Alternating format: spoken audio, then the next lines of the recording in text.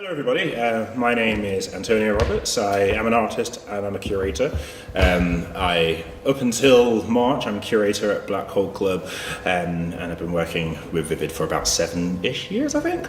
But yeah, so to kick things off, I'm thinking of the theme of today, trial and error, collaboration. And of course there's so many things around practice that I could talk about, but I'm going to focus primarily on Algo Raves. So this here is the Algo Rave logo, the spire angle. So I'm part of my practice is performing at Algo Raves, and Algo Raves are portmanteau of algorithmic and rave. So think of people playing music and they're playing it using programming algorithms to make all of this noise. And it's a movement that's been going around for quite some time now. And I've been doing it for about 4 years, mostly doing visuals to support musicians. And that's how I'm going to frame today's talk. I'm going to be talking about collaboration and how that is happening within the Algo Rave community, or at least my perception of it, and just how technology is facilitating that. And also some things about best practice. So here's just a few photos of people of what Algo Raves look like. Lots of people standing behind their laptops, frowning, thinking, "Why is this code not working?" I'm wearing the same jumper as I am in that photo, probably the exact same clothes as well. But, so you can see the code behind them, and so on. And here's another Black Hole Club member, Carol, performing. So it's often, the setup for an Algo Rave is usually a person doing visuals and a person or people doing music, and they're both working together. So there is that collaborative aspect surrounding it already. And it's a very visual medium.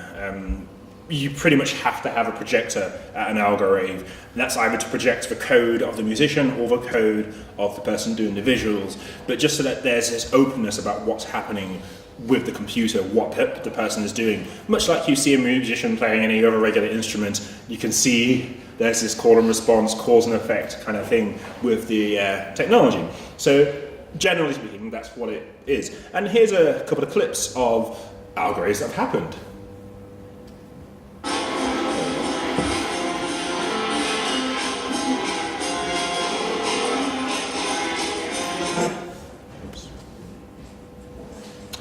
Sound doesn't want to work.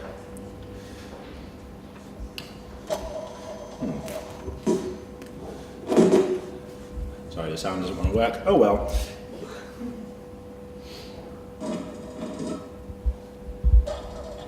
Let's go pick from my laptop then.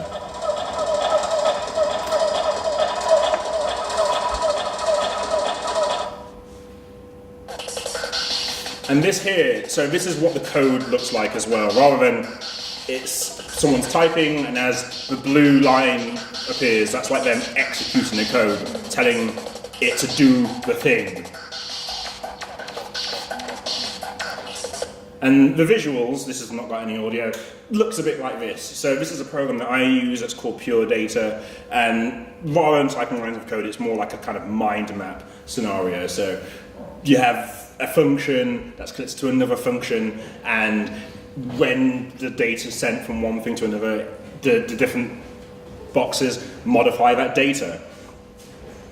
And yeah, so there already is this collaborative side of things, and as I was saying, it is heavily technology based. And what I found is that there are so many tools to make Algo Rave music and visuals, whereas if you're doing music, you might use Ableton Live or other software, which I've forgotten the name of very suddenly. But there's standard ways of working.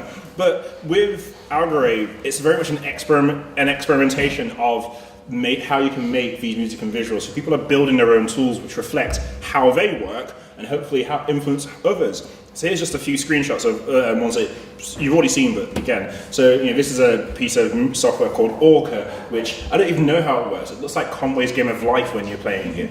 Then Foxdot. I've seen people use it more like for collaborative. You can collaborate over the internet with it. Which one's this one? this is Tidal. So this is the one that you saw the clip of just a minute ago. That's one of the main pieces of software people use to make live coding of the music. And then moving on to visuals, you have this thing called Hydra, which looks a bit more like kind of video synthesis, so old TVs if you want, rather than this tool like Live Code Lab, which is lots more geometric shapes. And then what I just showed you a minute ago, Pure Data, which is a mess, a nice mess. And yet there are so many. So if you were to search for awesome live coding, you can just see these amount of technologies that people are using, and it's expansive, and it's being added as soon as anyone else is interested and wants to make something. But so this is where I think the collaborative aspect comes into it, in terms of technology at least, and open source software. So for those that are unaware of what open source software is, it's broadly speaking, it's free software, and that's in terms of, as they say, beer and as in freedom. So most of the time you don't have to pay for it, but also it's free as in freedom because it's unrestricted in how you use it. There's no license agreement which says if you change it, we'll come knocking on your door and steal everything from you and bankrupt you. It is very much yours to own and do as you wish with. And the open side of things also comes from the code itself. So if you are a programmer in any way and you see the software and you want to add to it, you can. It's like having the recipe as well as the food. You can change the recipe if you want, add it and change the software. And so this is a very big thing within the live coding community. So here is the repository where the code for Tidal Cycles lives. And you can see that it has 38 contributors who are all programmers themselves and have noticed either something's broken or, oh, I wish there was a feature in there, and have added it. Now myself, I program a little bit, so things like this make very little sense to me, but at least I know that it's there. And this is the same for pretty much a lot of the tools that I just showed you here. A lot of these are also open source. And in terms of building a better community, I think it really is important that it is open source. It reflects an attitude of algorithms as well. So I'll move on to this in a second, but a lot of the people who are organizing algorithms are also the artists playing at them. We always try and, I should have put it on there, but I forgot to, unfortunately. But there is a manifesto, and part of that is the breaking down of hierarchies.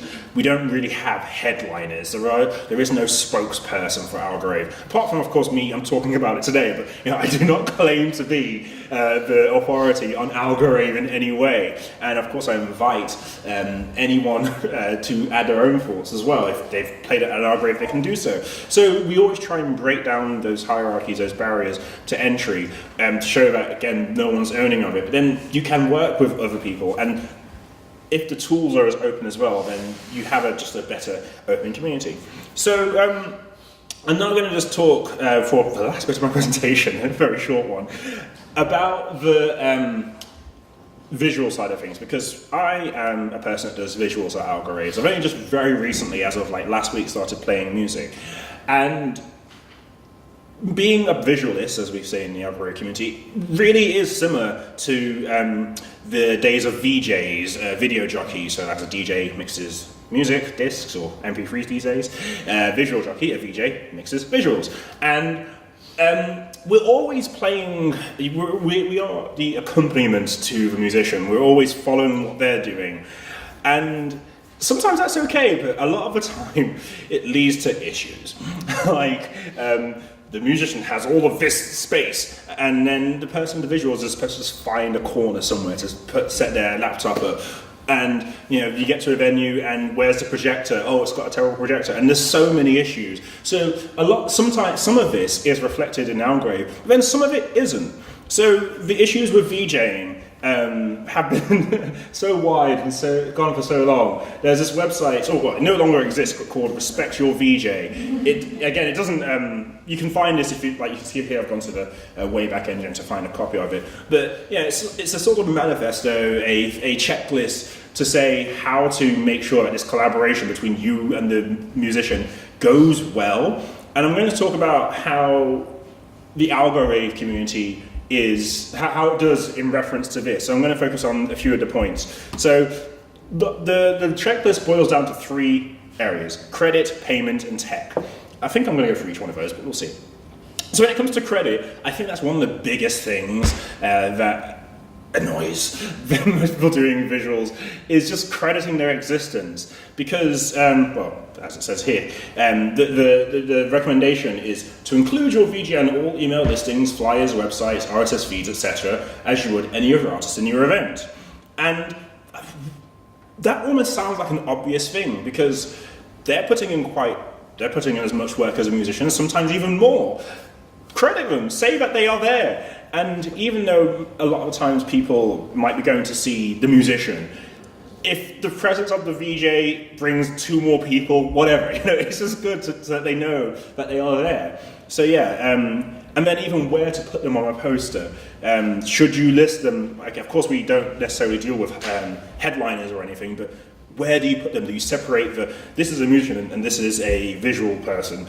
Just put them anywhere. Put them in the same place. So here's a few examples of Algorithmic projects which I feel are doing well. So, this is the one that just happened at different projects. You see all of the names are just listed as they are. I don't even think it's alphabetical order, it's just names. And even in fact, when I sometimes have input into posters that I'm making, and I try and make sure it isn't alphabetical or whatever, I just throw a name at the top, throw another one in the middle, and another one somewhere else, just to make sure that there isn't this idea of this is the headliner and so on. So this was just vivid. Again, here, all the names are at the bottom. There's no separation between, okay, of course some of these names might not mean anything to you, like CO34PT, I know who that is, you might not, but still, so all of the musicians and the visualists are all listed in the same place, same here, again, same here. It does mention that there's audio and visual, so at least there is this recognition of us. This one separated out, so visuals by, but still, at least we get a mention, and we're in the same size font. We're not smaller. Don't make us small. And this is one that I designed for the first Algorithmic here in 2016, where again we separated it out, but also there was a video installations as well. So there is like this respect of the fact that everyone's putting in a lot of work. So just mention that they are there. And then this other thing as well. This shouldn't be here, but introduce artists to each other. So again, with doing live visuals, sometimes it's been a situation where I'm doing visuals for someone and I meet them 5 minutes before the event, which isn't ideal because, actually no, you haven't seen any of my visuals. Some of you who were here just before might have seen some, but very glitchy, my visuals. It does suit a certain type of music. If I am going to be performing for someone and I meet them 5 minutes beforehand and I find out they're doing like Baroque visuals, or like, I'm like, oh, okay, I'm just going to tone it down a lot. Yeah, so just introducing, and I don't have any examples of this through posters, but because we're all quite a big community and we're a lot talking online, either through the collaboration on the software or something, we at least have a knowledge, even if we've never met them IRL, in person, we are aware what kind of music they do. And so the last one, payment, which isn't quite a big issue because no one makes any money from Algorithmic or anything. But still, it's being upfront about your collaboration. When being asked to do an Algorithmic, even just asking, is there money? And most of us know that there isn't, but even it's just like, do we get beers? Again, you can see here, like, do we do visuals for the whole event? So whereas a musician might perform for like 45 minutes, oftentimes a person doing visuals is doing it for the whole night. And in fact, I have a story. There was one time, there was an Algorithmic for a conference in Brighton, where it's supposed to be 3 people doing it for over 8 hours. The 2 people did not turn up. So I was there for 8 hours doing visuals, and people were like hugging me, going, "How are you doing this? Are you okay?" But so it's just knowing what is how much work would one have to do. And again, for low and no paying things, which is usually what Algorithmics are, just a few beers, make sure they have somewhere to sleep. Oh wait, sorry, and tech. I'm going to skip over this one because it's not quite that important, but just making sure that we know what the tech setup is. Do you have all the necessary cables and so on? So yeah, and I think I'm going to just about end soon because I'm coming up to 20 minutes. But as much as I'm talking about visuals and I'm complaining about how we turn up to gigs and we don't know what we're doing and we haven't got all the right equipment, it is still a two-way street. Respect is a two-way street, and even in this collaboration, it is making sure that we're talking with everyone. Communication is the biggest side of things in our areas, which I think sets it a bit apart from the traditional VJing world, and that we're all in this together. We're all organising the events together. We're all making the software together. So we're all communicating quite a lot and quite well. And in fact, even in a recent conference, a lot of the discussion was around how can we better collaborate with each other. Is it going to be a software solution whereby we know what song the person's playing and everyone can see the visuals and we can respond in time with each other, or is it just before the gig talking with each other, meeting each other and discussing things beforehand? And I think that's still quite unique that a large part of the conference was dedicated towards that. And how good a community it is, I think, is reflected in the fact that very recently, in fact last week, TopLab, who is an organisation which generally oversees the live coding community, recently celebrated its 15th birthday with an online 84-hour streaming party. And so you had people organising algo raves in Scotland, Berlin, maybe Tokyo, maybe not, I don't know, and performing from their houses, from the bedrooms, everyone. This is the amount of people that were playing. And to synchronize something like that, to have something like that happen, really, I think, is a recognition of how strong the community actually is. It is, and it went brilliantly. Yeah. And if you want to, you can, all the videos aren't online just yet, but you can go watch all of them. And maybe during the break, I will show you, I did a performance and I wore cat ears, so maybe I'll show you all of that afterwards. But yeah, so I think I just want to end now, just to say, my reflections on how the Algorithmic community, and through the software, through all of this, we're just basically really good at collaboration. So yeah, thank you very much, and goodbye.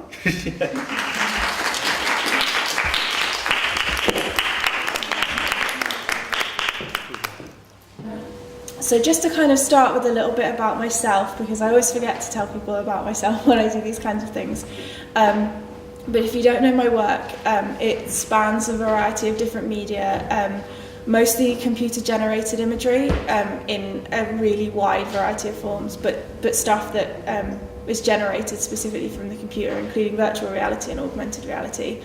And my focus is mostly on exploring notions of realness, and kind of the idea of whether computer-generated worlds are real or not real, and why is the internet different to in real life, and is reality an objective phenomenon.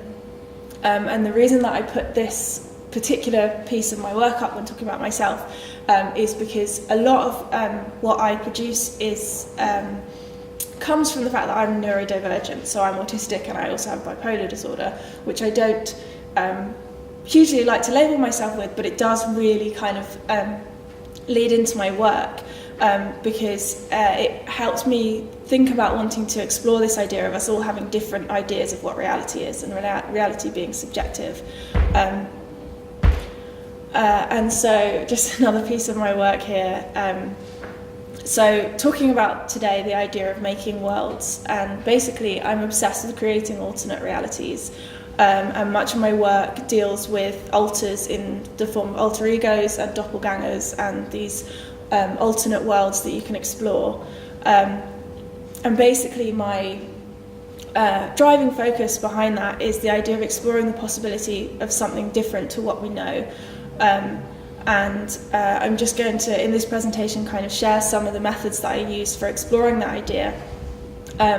And some of the software as well I'm going to talk about that I use as well. And sorry for my croaky voice. So I first started working with CGI in 2014. So this is a really old piece of mine that I like to show because I think it's quite indicative of where I started and also links well to this idea of world building. So if this will play, maybe. So this is a piece called You Are Safe Here, and it was the product of exploring the notion of a world within the screen. And I'm really interested in the way that the screens of our devices can be seen as portals to other worlds. And this piece of work stood to represent this idea of sanctuary and escape that we can build with digital tools, which is something that you'll see is still prominent in my work that I make today. Let's see if I can, I think I have to pause it before I can move on. So this doesn't need sound. Hopefully it doesn't have sound. This is just some background video to kind of show some of the software that I use. But basically this is how I create most of my work in Cinema 4D, but it could really be any kind of 3D sculpting or motion graphics program. And I'm really drawn to this way of working because there isn't really any limitations. If you can think of it, you can make it. And it's very fun for experimenting with and just playing around. And what I really like with this kind of way of working is that I can create these things that border on realism whilst remaining kind of not quite the real world. Something which CGI is really nice for. And I also quite like this play between real and not real that you get with creating something on a computer and hardware and software and kind of whether it's tangible or not. And particularly I like making things that kind of play with textures and stuff in that respect, to think about the idea of things being tangible. And this is like a really long video, but you can kind of see where it ends up. So the next few images I'm going to show you are just some examples of my work from last year, during which I created about 200 3D renderings as part of I was doing a project where I made a piece of work every day for a year, and around about 200 of them were 3D renders like this. Just exploring different themes and textures and possibilities and just playing around with the software and what I could make with it. So out of the many that I could show you, I've chosen some today that fit with this notion of building worlds and creating places which range from kind of sci-fi realistic looking landscapes to completely unreal spaces. So there's a lot of this idea of kind of escapism that I mentioned. A lot of the time there's kind of these lone figures. I'm really interested in this way of using digital technology to kind of imagine a place that's not here, and imagine a place where things, maybe as an autistic artist, where the world is fit for me rather than for neurotypicals. So it's kind of this play of thinking about places that you could escape to and how digital technology is really powerful for kind of being able to create anything that you can imagine.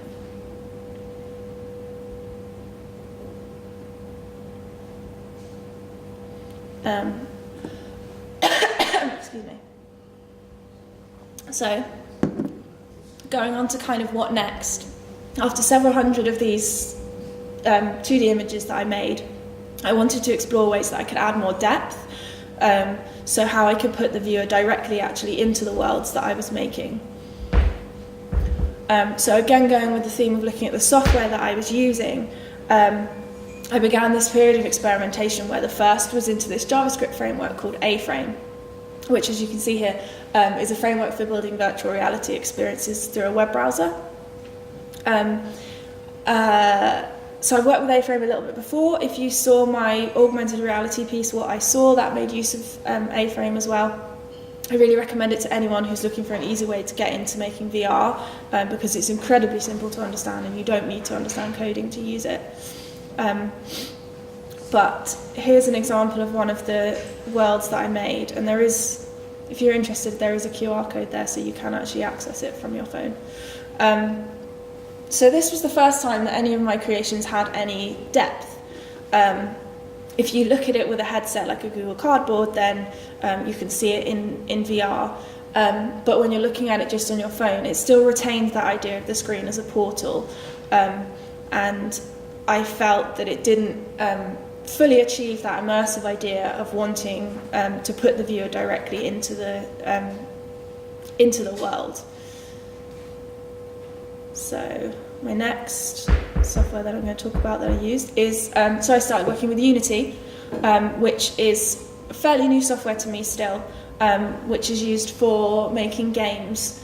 And this was an image from my very first experiment in Unity, which I've got a little video of here. So you can't really move around very much, but there's sound and you can look around and kind of feel immersed in the space. And this experimentation with Unity led to the piece that I showed at the last Black Hole Club exhibition at the end of last year in December, which some of you might have seen. This piece called Ode to Somewhere Else, which I've got a video of as well. If I can press it. Doesn't make it very easy. The thing is so small that I can't actually press play. There we go. It's fine. It's a slightly shaky video because I had it on the highest graphics setting, which I probably shouldn't have done when I was recording it. But so basically, I made this piece where using a keyboard and mouse, viewers can kind of freely explore this virtual world, and I felt it worked in terms of being more immersive.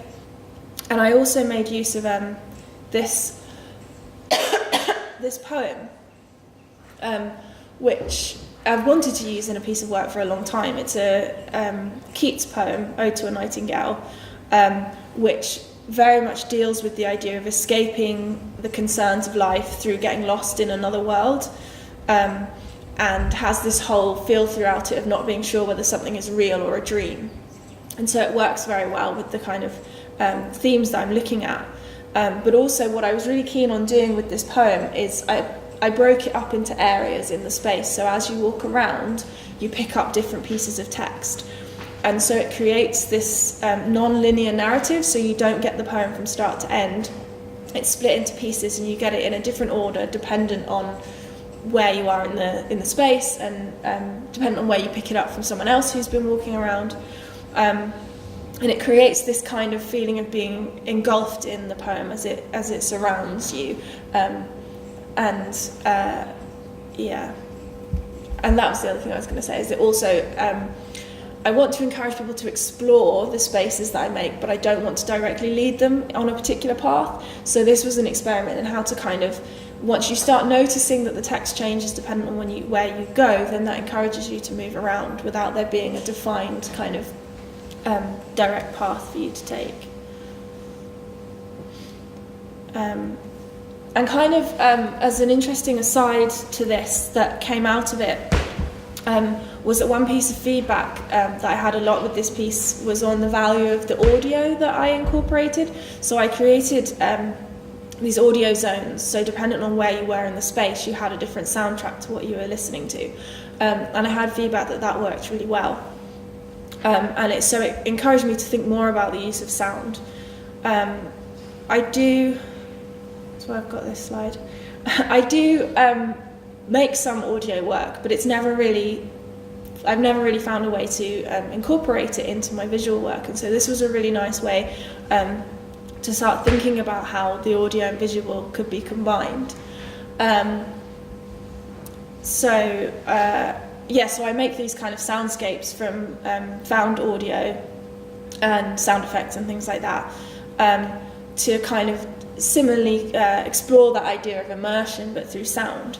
And so when it comes to this piece that I have here today, I kind of took that audio element and combined it with that idea of digital escapism and the immersion to try and create this fully formed world.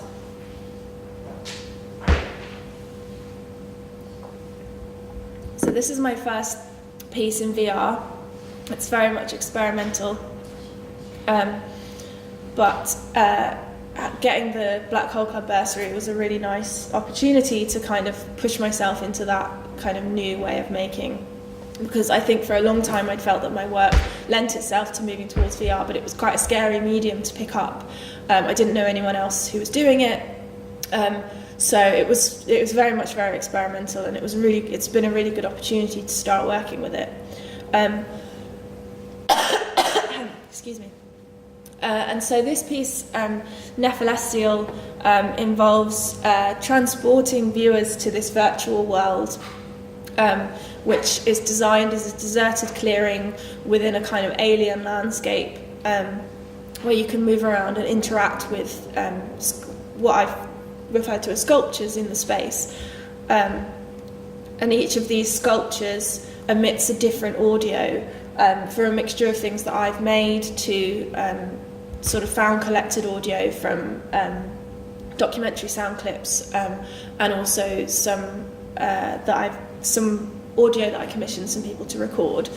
And what I was aiming to do with that audio is similar to what I did with the text in Ode to Somewhere Else, where the implication is that you would want to hear more, or you might hear a little bit of something coming from one direction, and so you go over to explore and to examine what's going on and to hear more of it.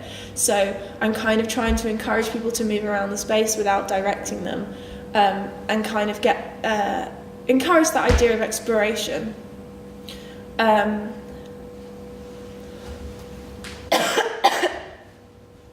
yeah, it's can be explored with Oculus Rift, and I've got it here today if anyone wants to have a look at it. And I'm well under time, unfortunately, but my final slide is a recording of it, but I don't know whether to show people the recording of it or just get them to have a look at it on the headset. I have to say it looks much nicer on the headset than when you screen record it. Oh, I went back. That's just some gifs of my work for an ending slide. But let's see if I can play a little bit of this. It's very shaky when you screen record it because it's on your head.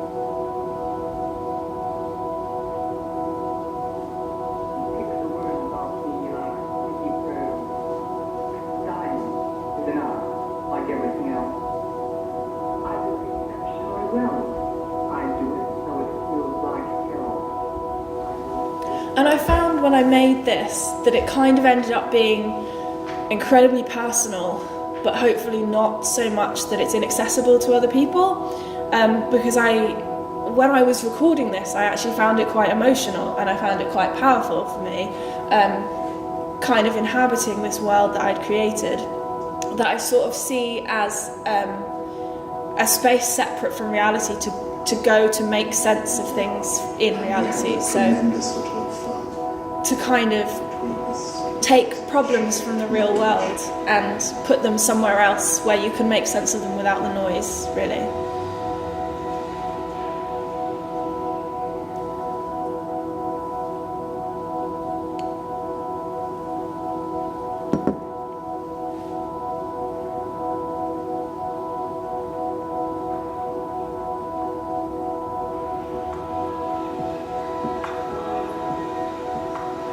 Also, when you screen record it, it doesn't quite get what you're looking at, so I was probably looking slightly lower, so some of it doesn't quite make sense. But it gives you an idea of the experience, and I really hope that you'll have an opportunity to try it out. And yeah, I'll go back to my final slide with my nice gifts, because I also quite like making things that are just texturally nice, which quite a lot of these are. Thank you.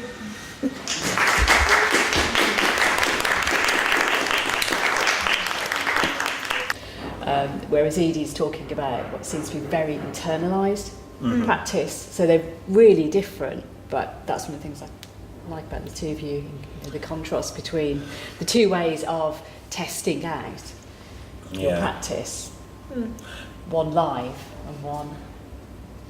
Well, even with Black Hole Club, like I've been running it for 4 years, and even putting people in the room is a test, is a trial error, because some of you might work well really together, some of you might not, and it's always a challenge when it's the first exhibition of the year, which is actually coming up next week.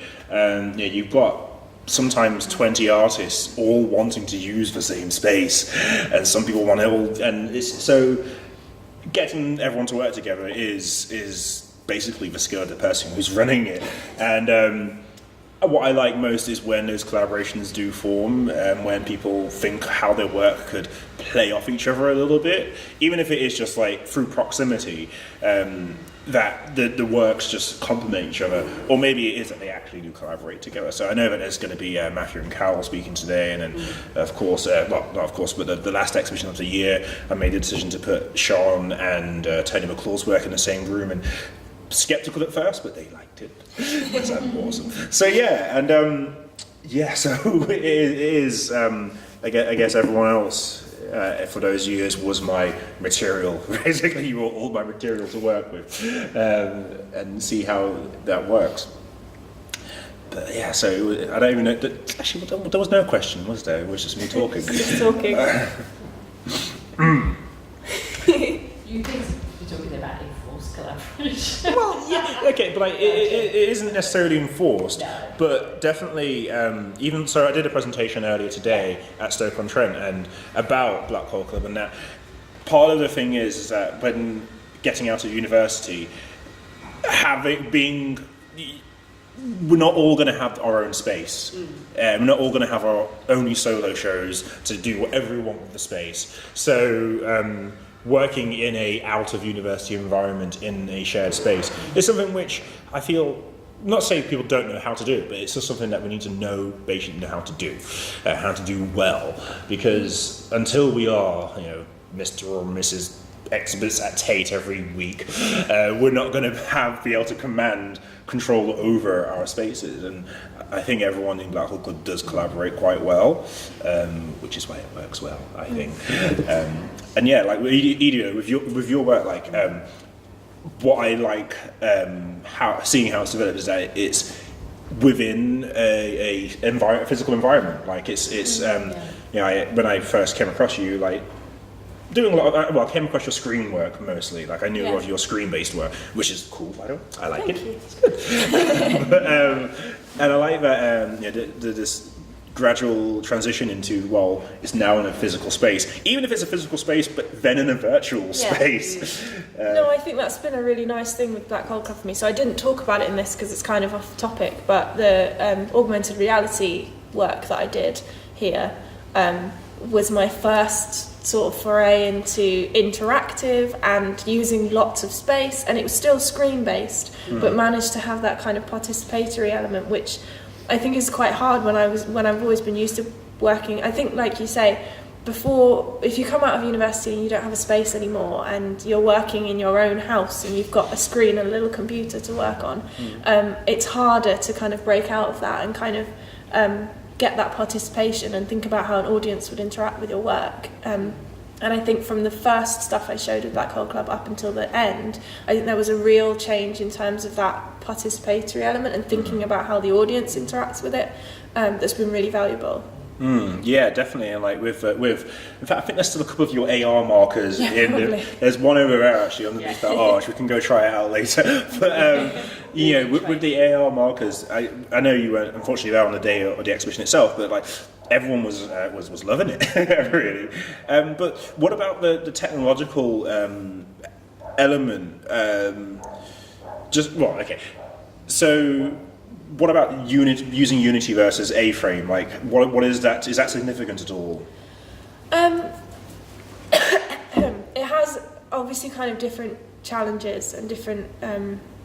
So I've got a piece that I'm going to be making coming up. That's an augmented reality piece that I'm making in Unity rather than with A-frame this time, which kind of it causes. A limitation in terms of, because you have to have a separate downloaded app, so we're going to have to get iPads for the app to already be on and things like that, but it does allow me a lot more capability in terms of creating something kind of more spectacular.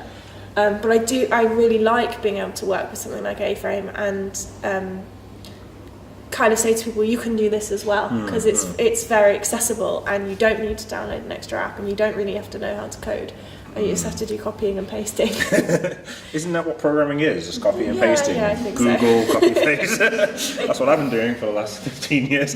But because like with the AR piece, again, I liked that you just had to point your phone at it. Yeah. It wasn't, of course, in the early days of mobile phones, everyone had to download an app for something, but yeah, the technology just pointed it and it worked. Like I was guiding people around, and all I had to tell them is just get your phone out, and it did the rest. So I like that you're exploring that in terms of accessibility as well. Yeah. And I know, like you said, there's going to be limitations at some point as to what A-Frame can do and so on. But I like that you're at least going to explore that.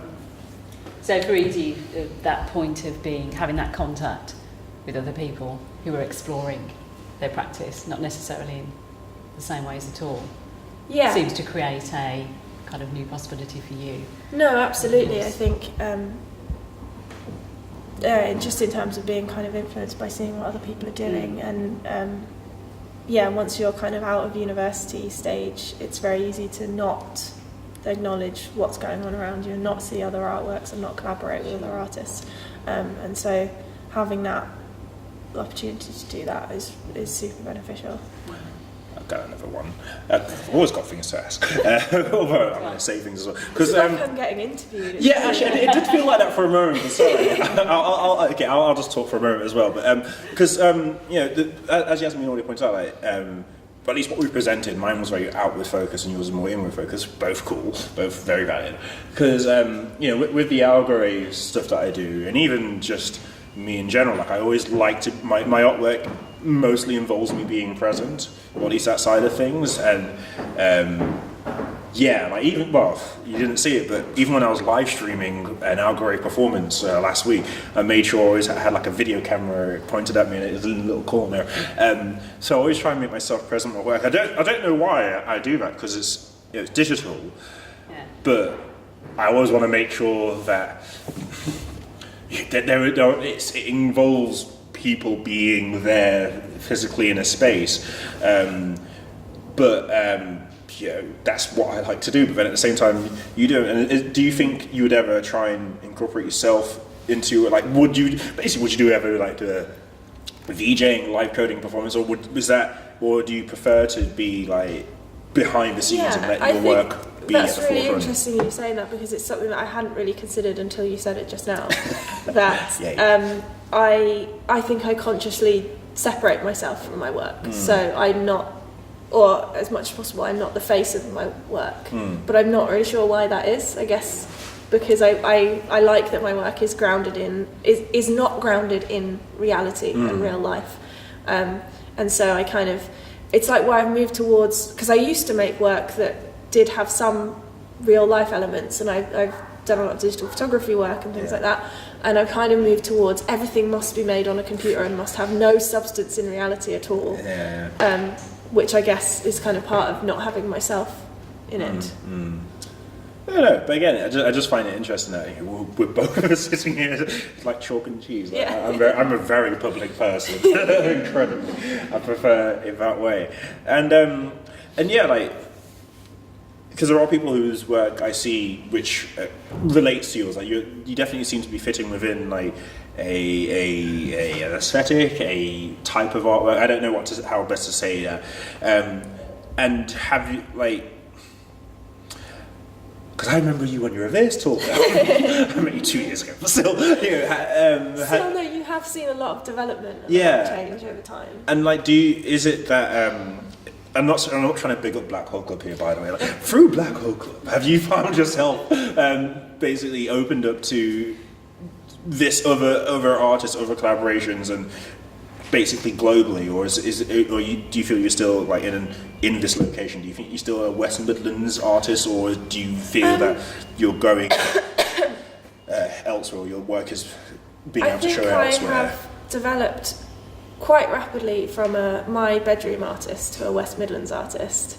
So that's been a huge thing in terms of like I've been recently commissioned to do something for the Coventry Biennial, which was off Ryan Hughes coming and seeing my work at Black Hole Club. I see, okay. And so he contacted me and said he wanted me to make something for that. And he's a former member of Black Hole Club. He was, really? Ryan was. Wow. It's like this place is good, isn't it? It is good. Hey. So yeah, I think it's developed me in that respect. Yeah. And I'm quite comfortable at the moment being a West Midlands artist. Okay. In terms of, that feels big to me still. Well, it is a big place, and yeah, because even like I know when I started, because I was in Black Hole for the first year, and then I was running it from 2015, and I used my own experience because I had before I'd even really done anything in Birmingham, I'd already like been to Chicago twice and exhibited here, there, and wherever else, and then it was like, yeah, what's Birmingham? Why does no one like me here? And so when I was doing Black Hole Club, I always was thinking to myself like, how could I expose these artists or people to the fact that like there isn't big world out there. This doesn't say like they didn't know that, but just I had that experience already of exhibiting internationally before I'd even done anything in Birmingham. And maybe wrongly, I'm assuming that that's where everyone wants to go. Because like you said, you're happy being a West Midlands artist, and there's nothing wrong with that at all. The West Midlands is a bloody great place. My absolute dream is festival commissions, which you do loads of, so I'm a bit jealous there. Yeah. I'd love to do big things at kind of big events and stuff. That's somewhere that I foreseeably see. And is that like when you say like doing things at big events and festivals? Because of course, when I do festivals, I don't know if you remind me like music festivals or art festivals. Well, I'm thinking about what was the first thing I ever saw of yours that you did? You did something at Green Man. I think that was the very first thing I ever saw of your work. That was fun. That kind of thing in terms of kind of outdoor, because I think that's kind of potentially where my work's going a little bit, and I really want to break out of being so insular because I'm kind of very, very slowly letting people in and kind of going, I can share this with the public, and I think I want to do more of that kind of sharing it and doing things in bigger spaces or outdoor spaces. And, yeah. Well, this is part of it. It's recorded, so people see. Can we open this out a little bit? I know it's the first sort of break for questions, but are there any things you'd like to explore at this point? I'm very aware that with Edie's, no one's actually looked at the VR piece yet. Yeah, I can go set it up. But from Antonio or Edie's practice. Any questions? Any questions, even if it's to say, what is it? You know.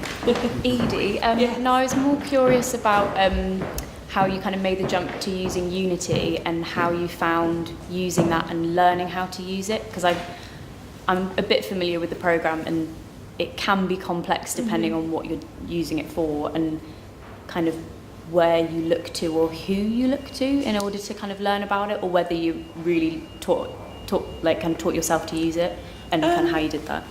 Kind of a mixture. I always sort of describe that the way that I work with technology is very much like an artist rather than a technologist, in that I learn as much as I need to do the thing I want to do, and I don't learn from scratch the whole program.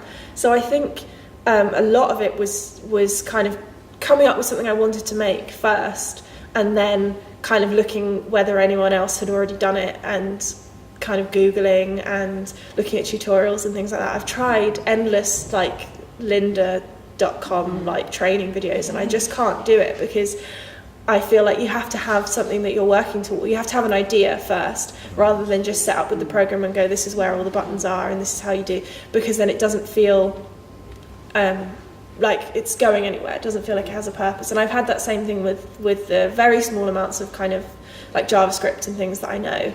When I've tried to learn it from scratch, I'm going, I don't care about what an array is. I don't know what's going. There's too many numbers here. What is this? But then as soon as I was like, I want to do a very specific thing that needs me to use JavaScript to make it, I'm going to find out if anyone's done it before, and going on like Stack Overflow and typing in like, how do I do this? I've got no idea.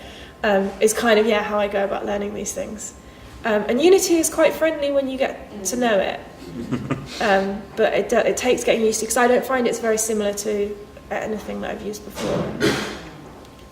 But yeah, if you want to do some Unity stuff, we can chat.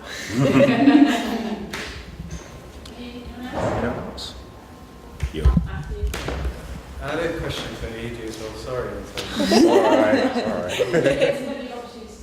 Yeah. But I was thinking about like you creating different realities for people, and your work seems, as you said, is very personal to you. So somebody inhabiting this reality that you've created, is that a weird feeling for somebody to be? Is it uncomfortable? Did you enjoy it? Like, how's it feel? That's a really good question, because I don't know that I know yet, in that I won't know until everyone's had a go on it and explored it and things. I think there's something sort of freeing or cathartic about it, wanting to encourage people into something that's my space and my world. I think that's why I mention, even though I hate labelling myself with it, so I don't know why I do it, but that's why I mention being neurodivergent, because I do have my own special little world that I live in, and it's sometimes really scary to invite people into that, and I think using art as a way to do that is really, really helpful. And so it's given me a way to go, okay, this is my world that's personal to me, and you can kind of, I'm going to let you into it a little bit.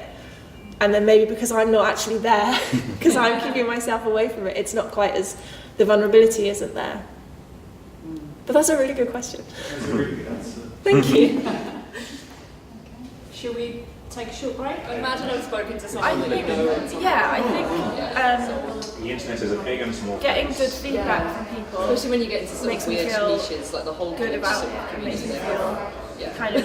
I still get. It was what I was saying earlier about, like, it's a kind of safe way of letting people into my world, because it's detached from me. So it's quite nice to have people have good feedback and so that they feel comfortable in my world. I think myself, and they will tell me as well, not for any fault of my own technical issues, but putting on the back foot. What about teaching? It was alright, but I was still super nervous every time I did it. Like, I was kind of like, this must get better eventually. But maybe I just... She has the tendency to overthink a lot of things, like, Yeah, sales. No, yeah, fair enough. Like, it's not like you have to be a very public person, but at the same time, it's where I feel that. Yeah. I do make most of my money from being in person, at least.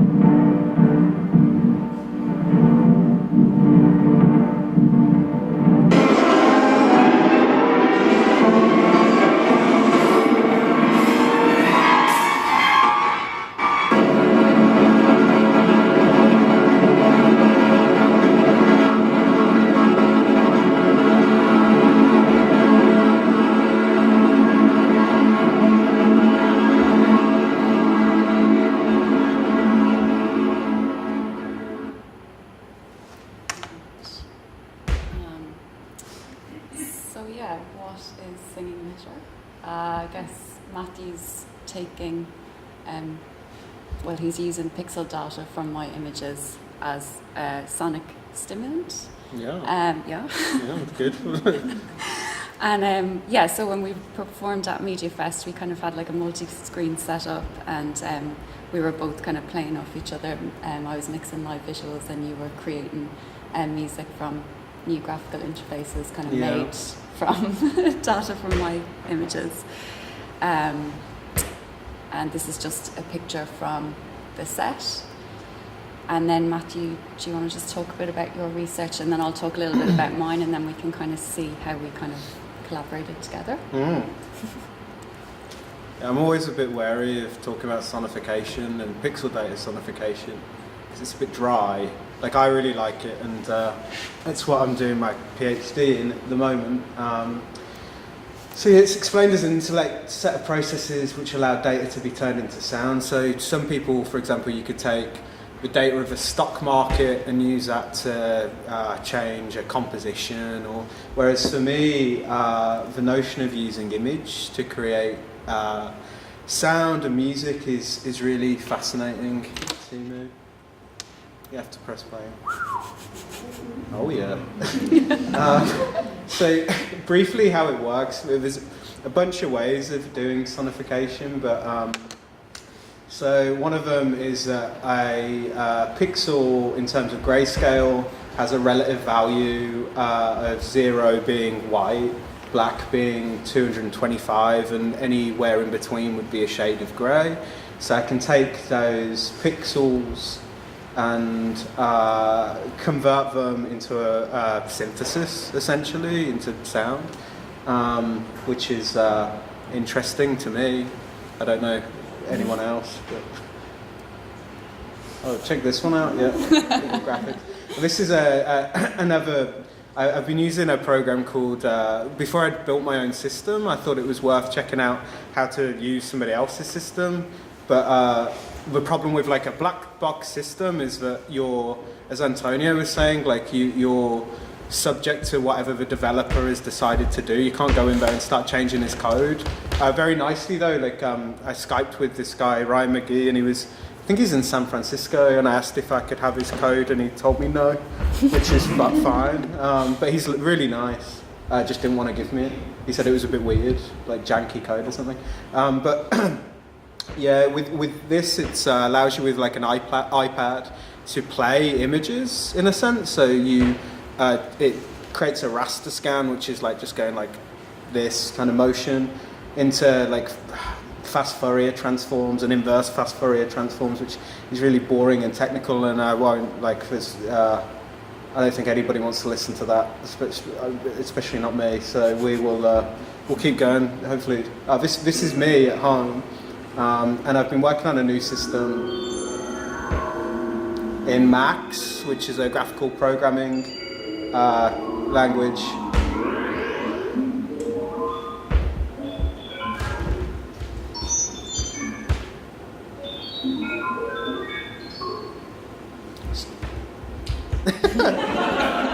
So this is generating. Do you want to crack on one maybe? Yeah, it's a bit much. There's going to be something pop in. Yeah. Oh wow. Yeah. So I'm interested in the notion of. Well, I keep getting asked all the time. Well, why make sound out of? By my supervisors, like why make sound out of an image? And that's hard, and I haven't really worked it out yet. And how do you create a meaningful correlation between sound and image? And I'm trying to do that, and this project has been really helpful in uncovering some of that. But I explore at the moment I'm exploring making generative music from stuff under a microscope.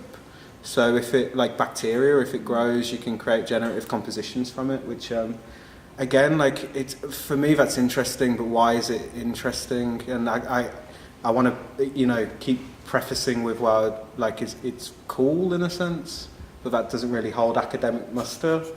I keep being told that, so do you want to? Oh yeah, okay. Yeah, I thought that was a useful quote by Kandinsky, who was, we don't know if he actually had synesthesia or if he was exploring the notion in his work, but he was very interested in taking musical notions and exploring them visually, and I'm trying to reverse that process, but do it more literally by making sound directly out of images. Oh yeah, that's a drawing I did of Kandinsky. It's pretty good, I think. my partner is trained as a fine artist, and she's really good at painting, and I can't do it like drawing or anything, so I've been trying, but that's literally the best I can do. I don't know if that's good or bad though. We can get it. So I explore if pixel data sonification can be used to examine a visual source and create a cohesive relationship, and how can I develop those approaches, and the objectives to develop a meaningful relationship. But what does meaningful mean? That's quite complicated at the moment, and creating compositions and installations and performances, which is really fun. Why do it? Sorry, we can go again.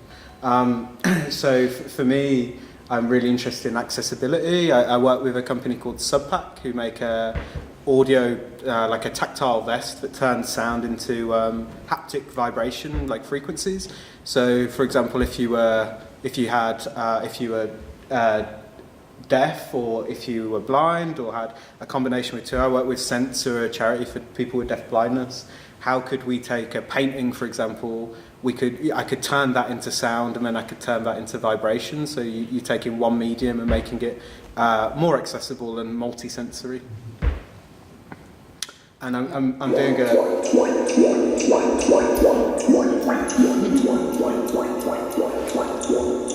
so that's a contract I'm doing at the moment with a home in Albury with people with profound multiple learning difficulties, and we're exploring how we can take some of their sensory rooms and turn some of their visual stimuli into sound. And that's, for me, is the most rewarding part, because I find academia quite difficult anyway, and to be actually in the field and trying to help people seems really wonderful to me. And but yeah,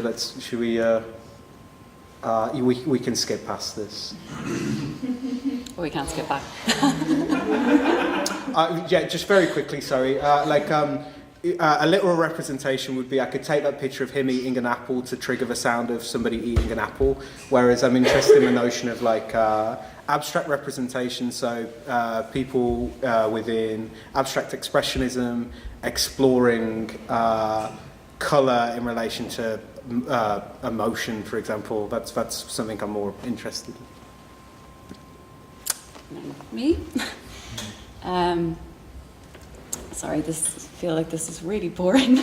But, so my own kind of research is asking how long is a photograph post-internet? And I'm kind of looking at the ecology of proliferation in my own practice, and I'm kind of examining the relations between screen, data and body, and I'm really interested in this kind of entanglement of processes that operate on many scales. And I'm kind of thinking about how through practice I can better understand these kind of complex medial relations. So I'm kind of situating my research in post-photography, or like non-human photography. So post-photography is kind of this marriage between internet, image and technology. And I'm, again, kind of proliferation is a kind of a key theme in those theories. So Moreira's kind of talks about this littered information. It's discarded. But I think why Zielinska is kind of very interesting is because she kind of wants us to step away from like a humanist approach and kind of look towards a non-humanist approach to these kind of things. So instead of like a human versus machine, she's kind of asking us to think about images, or like as Galloway would say, like we're not just remediating images anymore, we're actually remediating the conditions of being. And of course this kind of poses a lot of difficult questions for practices research, like how can you actually use practice to, how can I look at my practice and separate what is part of me and what is part of the machine, and how can I use that to kind of add to research, I guess. So why it's obviously relevant, I feel like there's loads of crossovers in our research, because I'm so interested in all these, like this malleability of digital material and how Matthew's taken the data and making it into something else. But I'm really interested in the fact that digital material is kind of invisible, but it's everywhere at the same time. So what I'm kind of looking at specifically is just this kind of murkiness of the digital images ontology. And again, Lecht talks about how it's an utter transparency, but it's the presence of the thing and its absence. And then Osborne kind of talks about the infinite forms of the image being its very essence as well. So that's kind of, I'm kind of remaking material to kind of think about things like digital materiality and technology and form. So yeah, this is really boring, but so I'm just, again, I think that's why we have some crossover as well, because it's like this, it can turn into so many different things. And then with my own work, I'm kind of interested as well in, I think there's, in theory at the moment, there's a lot of like need to kind of step away from screen-based analysis, to kind of step away from the screen and kind of think past the screen. But actually, I think if we kind of come at it from a media ecological perspective, we can't disregard the screen in this kind of ecology of the digital image. So yeah, back to kind of us together. I think we've done a few performances now, haven't we? Too. Yeah, what's been really fascinating, and I thought it was a useful thing because Black Hole Club enabled this collaboration, which has become so pertinent in my own exploration of sonification. That, I mean, my director of studies for my PhD, he came to the show, and afterwards we had a meeting, and he was like, there is enough there with what you're doing with Carol for a PhD. Like, there is so much you could explore there. And what it's been wonderful for me is that before I applied to do Black Hole Club last year, I'd done a lot working as a musician, but I hadn't really done much as an artist. And to be put in to be able to do... I mean, it started as an email, right? You sent me an email and said... I was reading them back, funnily enough, it's making me laugh. It was, I think, because we were very we were very formal with each other, but now we're like a band, a pretty rock and roll band, so the formalities gone. But you just asked me, how can I make sound out of the images? And what became very apparent is we didn't just want to here's your practice, here's my practice, let's see if they work in the same space. It's become something else, I think. Yeah, definitely. Because we're kind of talking about how we could make people walk into these spaces where they could experience image and sound together, but yeah, we kind of had ideas about it. And even since collaborating and stuff, what's been interesting, things just happen when you make things, and when we did the performance in Centrala, there was 3 of us, Merlin, one of your kind of colleagues. Yeah, he's a colleague of mine at the conservatoire. He's a percussionist and does a lot of experimental percussion. And we thought it would be interesting to explore having another person improvising with us. Yeah, and even from that, I brought along this rough kind of thing for the sections, and the way the 3 of us annotated on those sections was completely different, and it was just fascinating the way things just kind of start to materialise, and it'd be nice to actually make a score with the completely different aspects of what we're looking at, kind of putting them together. So that's something I'd love to do. And the process is becoming more and more cyclical in that we explore at the moment, we like the notion of analogue, digital, post-digital. And so, for example, one of the things we're looking at the moment is... Can you explain the projector? I don't really understand the projector. We haven't done it yet. Could you... We're trying to start making more of a set kind of situation. So, what's it called? It's just like an old 35mm projector, but just little things we'll take images and put them in that, and then you'll sample from it. Yeah, so I'm gonna sample the mechanical sounds of that and use contact mics and try and get as much as I can out of the equipment you use. And then I will use the images that are projected to trigger those samples. So you've got a direct correlation there between... I'm not just doing it because it's cool, or what I think it's cool. I'm doing it because there is a direct correlation between equipment, visual stimuli, sonic response, and then we're kind of exploring the notion of post-digital, in that I've now built a system which can generate... This gets really confusing. I can make sound out of image and then turn it back into image or sound back out, so it can keep going and going and going. And this is what's fascinating for me, is we don't know where this is going to end at this point. We're getting more shows together and installation, and it's really fun. Well, I like it. Yeah, that's good. You hate it, yeah.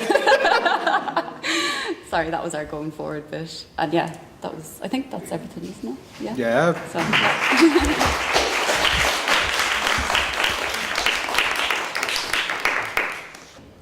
Yoke Collective is an artistic duo, a curatorial project looking at the machine's gaze, understanding capitalist systems, reclaiming our biometric data, challenging the depiction of women in the digital space, playing with surveillance tools, reclaiming our image from surveillance systems, testing hierarchies, playing games with each other, creating a complex relationship between body and screen, building a network of artists, expanding opportunities for collaboration. using the internet for accessible projects.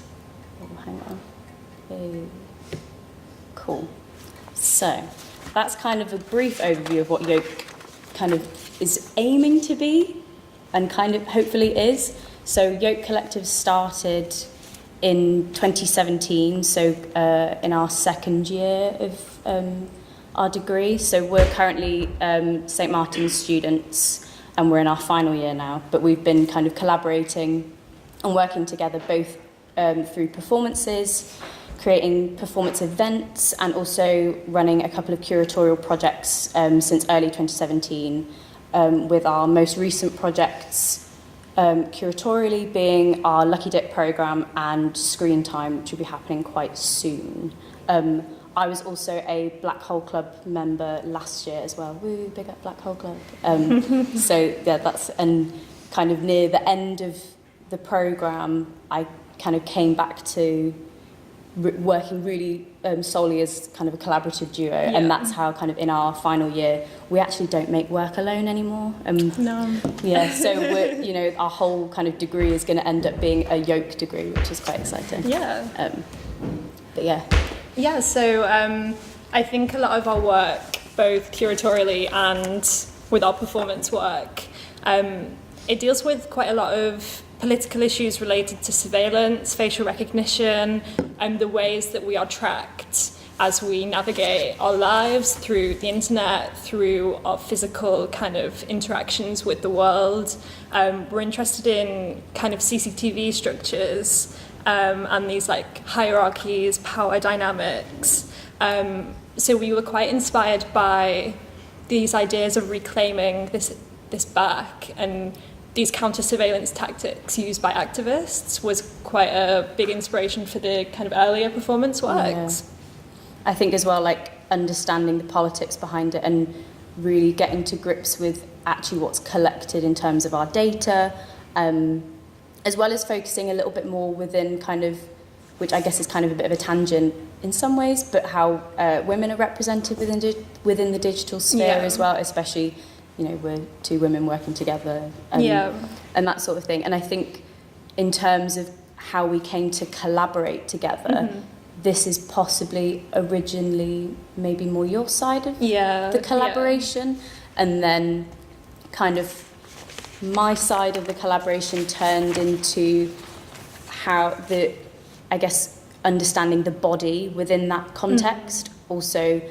within a kind of more performative aspect of understanding those issues, kind of bringing in the idea of cameras, webcams, also within the office space, and kind of starting to understand the body within performance as a support or a tripod maybe, and how we can use cameras and different kind of capture tools to then create performances, either us working together or looking at kind of at the surrounding space and beginning to understand how the device and screen works with a sort of interconnectivity maybe, either, again, like some of the performances that we've done, we're looking at the connection between us, and sometimes we're then looking at the connection between like our body and the tech that we've got, and kind of how the screen can be used within performance as well, because we do a lot of kind of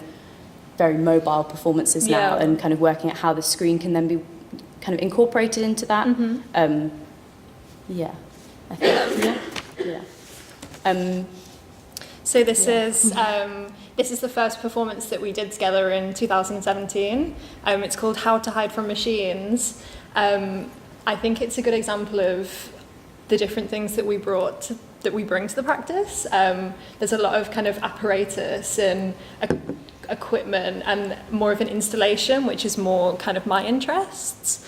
And then the more performative element to do with movement, gesture, spoken word, which is kind of more what I probably brought into it. Yeah, and I think probably the CV Dazzle, which is the face paint that we've applied to our faces, which is a kind of anti-surveillance tactic, probably what kind of brought us together in the first place. I think because we were starting to both kind of touch on those kind of, political activist issues. Yeah. And we found that the kind of application of that face paint was a very interesting kind of performative role. Yeah. And that started this sort of performance that was both addressing the kind of issues and trying to combat the kind of machine's gaze, but then also on one side as well, we would then be conforming and following instructions that the computer would then kind of spit out to us again. So on one side there's us trying to hide from the machine by applying this face paint to stop the facial recognition from working, but then also on the other side of the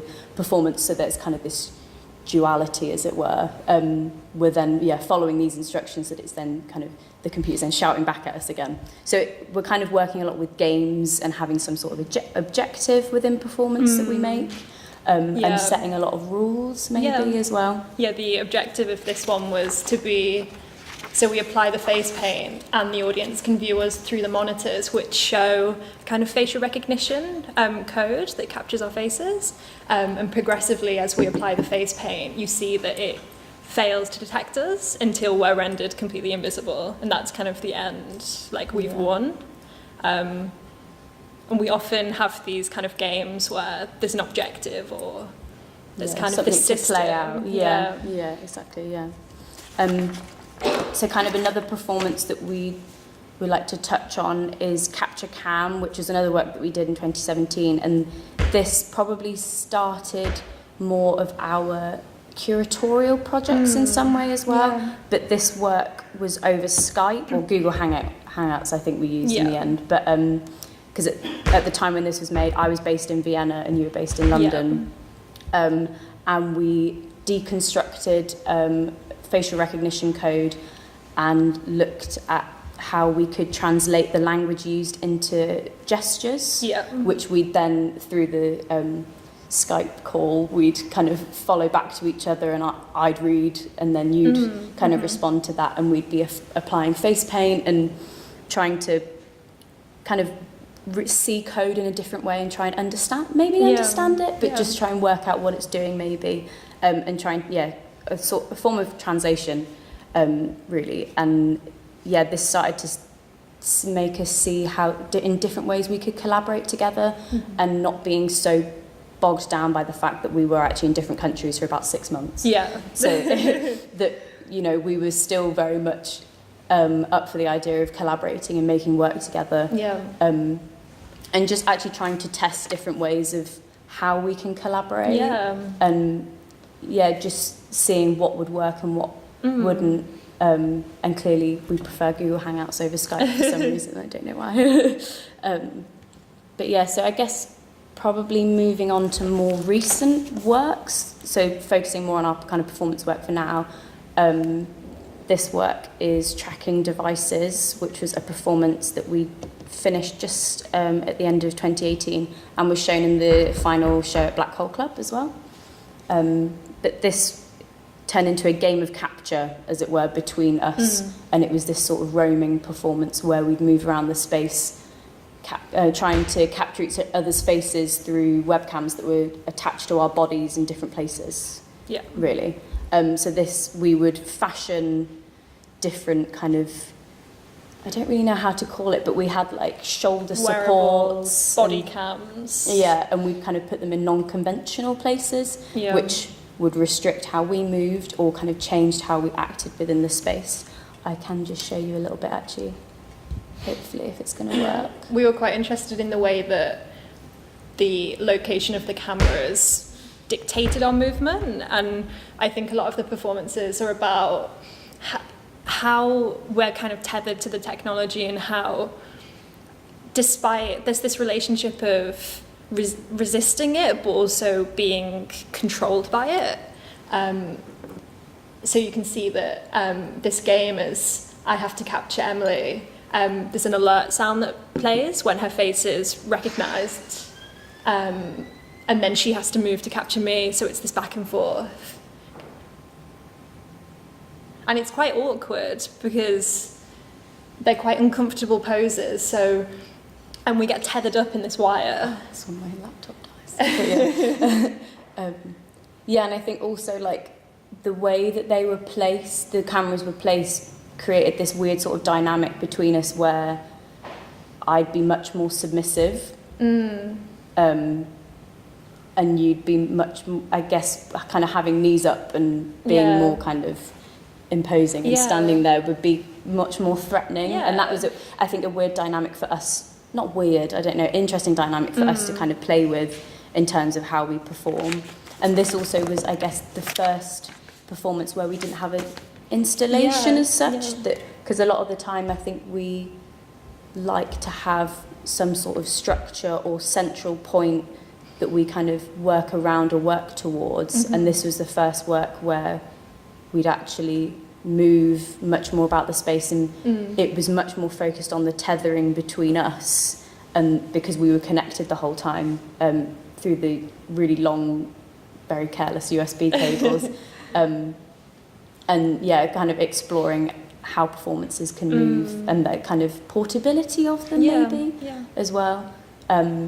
Because we also showed this at our open studios, and we kind of moved around the building then instead, and trying to test it in different ways. I will move on. Oh, that's not how that works.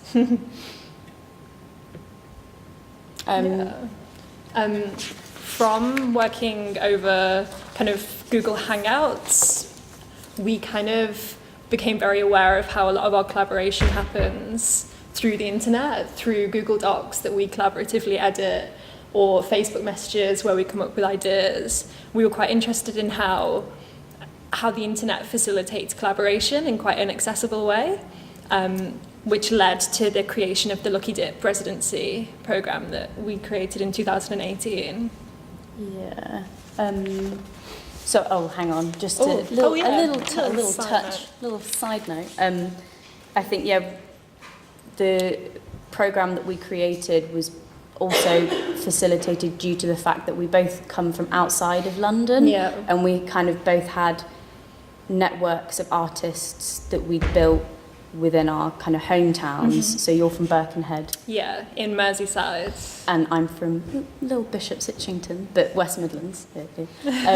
So, and kind of recognising that despite living in London, which in some ways, I think people big it up in some ways, that actually we were interested in really developing those networks that we'd already built and trying to build a wider network, and not feeling restricted by the fact that either we're in London, so we can't really travel outside of London to do anything. Like, that's not the case, and really that's something that should kind of be explored a bit more. And that was a little side note for that. But sorry. Yeah, sure. So we did a workshop for Tate Exchange in 2017 for the Studio Complex workshops. And the idea behind it was a Google Doc that was open to the audience of the workshop. They were invited to kind of add text to it, to write kind of anything they would want, to copy in artworks, to edit each other's artworks, and create this big kind of piece of language. We were interested in how our previous collaborations over Google Docs could be expanded into a wider audience, and how and like a wider collaboration as well, I think. And trying to explore, because we also made sure that the Google Doc could be accessed by people that weren't in the space as well. It was kind of online as well. And I mean, we were playing with that idea and kind of working out how it would work well, and also the fact that I was in Tate and you were in the Wirral at the time. So then we had you Skype in, but also be online, and trying to work out how these communications can work or not within that sort of collaborative realm, and trying to work out the right way of using these sorts of kind of online tools, accessible online tools, to create kind of, even if it's just conversation, it doesn't necessarily have to be work, but and working out the best way to use those spaces, which in some ways this didn't work. That it kind of became this like really chaotic document full of like memes and like weird bits of like copy and pasted text, and there was kind of a lack of curation or a lack of an objective for people to create something. And I think also because there was more like anonymity with it, because a lot of the time you'd get people tapping into the doc, and because of their privacy regs, they wouldn't actually show up as who was who, so you'd kind of then lose that sort of collaboration of understanding like who added that to the document to then kind of respond to that there was something not quite right with it. So we decided to kind of go away and think about that and come up with a project that we'd curate, basically. Which turned out to be the Lucky Dip residency programme that we did. So the idea of Lucky Dip was that we did an open call for artists to take part in a 3-week residency, which was online in a Google Doc. And from all the applications, we kind of did like a blind date scenario where we matched them together because they had kind of similarities or differences or things that would clash or work really well together. So there were 6 residencies from May 2018 to October. And the result of that is 6 kind of big Google Docs, which are now big PDFs full of really interesting ideas and ideas, work, comments. I think a lot of kind of interesting collaboration happened, and we really made the focus that we try and pair people also on terms of their location. So the fact that, you know, now you've got an artist in London collaborating with someone in Liverpool and trying to break those boundaries and make it easier for kind of people to get to know other groups and different kind of ways of working, and and the whole, I think, question of the studio now and how that is, and especially in London that's a big issue, but I guess also across the UK as well.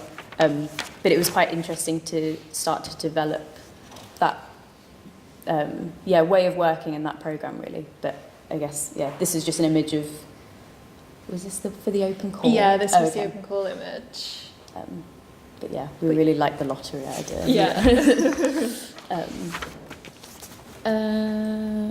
So I think it was quite interesting to see how these different conversations worked, and especially using the Google Doc as a starting point, but also bringing in other platforms within that, and kind of then developing a way of really understanding the internet as a very collaborative, useful tool.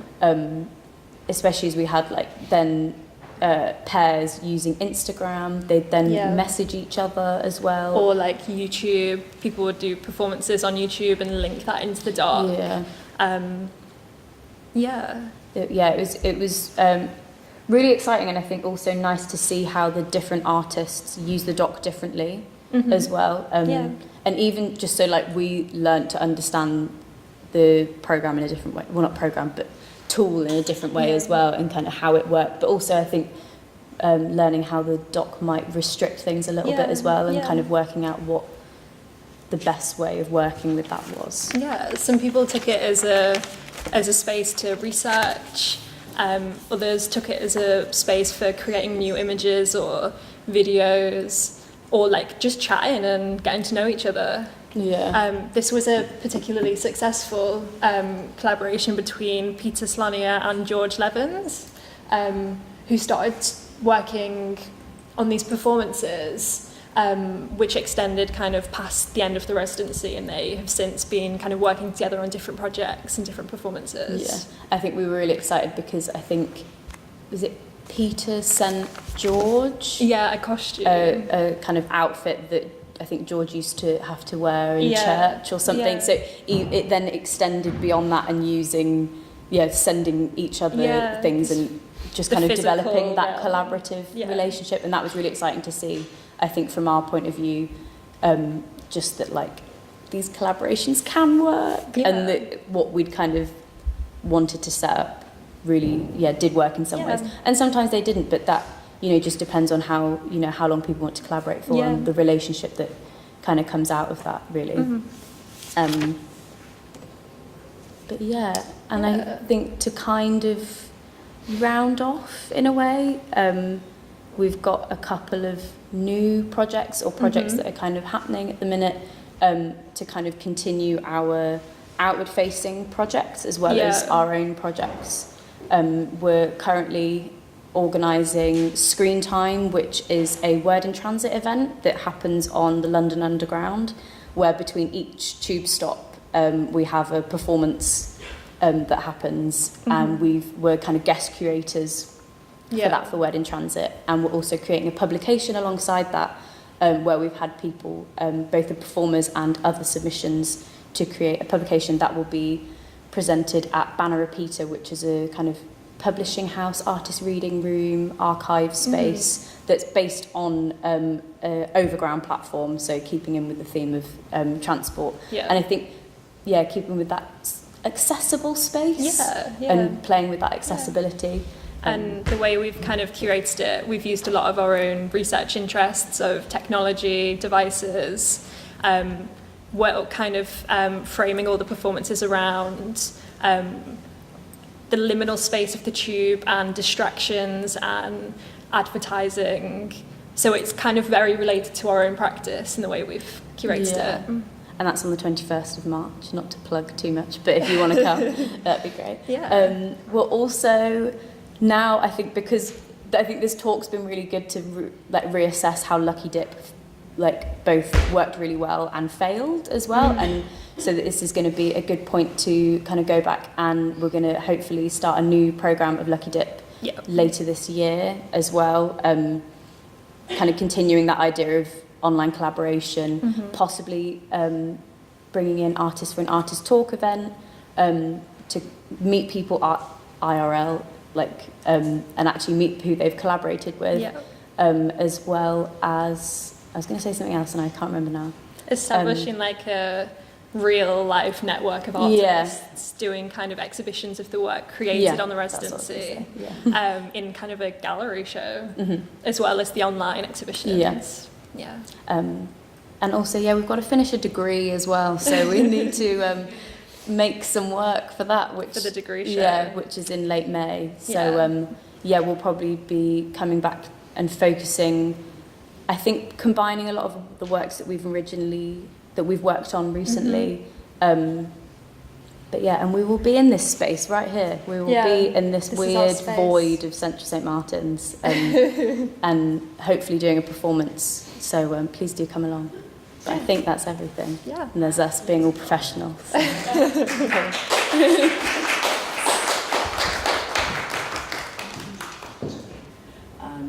don't know who to start with. But is there anything, because you did start to unpick that, Matthew, that kind of that practical, we emailed each other, we started with formal questions, how do I do X? That kind of question, very simple question. This person that I've met through this space might be able to progress the question that I have.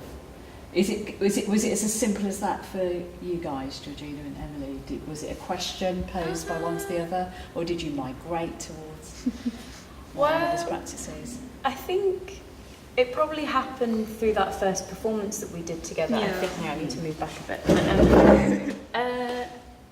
It did seem quite natural. I think the way it was not necessarily an email, as it were, but it was. I think we were kind of because we share a studio anyway, so we already were aware of each other's kind of own practice. So it kind of suddenly made sense to work together, and I think we suddenly had a crossover in research, and we kind of just went, why don't we make something together? I quite remember quite vividly. Face paint in one of your performances, and I was like, that's like CV Dazzle. And then you were like, it was a Facebook message. It was a Facebook message. So I think it was just like, you should check this out. Actually, maybe we should do something together. And very natural way of suddenly actually collaboration should happen with that. We're all very formal maybe then in a wrong way. We have to message each other first and be like, is that okay? I think collaboration in general is My wife always refers to Carol as a top banana. She's, and I think it's like as simple as that. Like if you like really hated me, it'd be pretty hard to. You really do. Well, you do, but you Well, keep it really obviously, it's just passive aggressive. But I think it is like as simple as like we have a lot of things in common. And a lot of I don't think either of us take academia really seriously. Maybe we should take it more seriously. Yeah, probably. My supervisor doesn't see it. But I think we like really It's nice enjoy. to get away from that.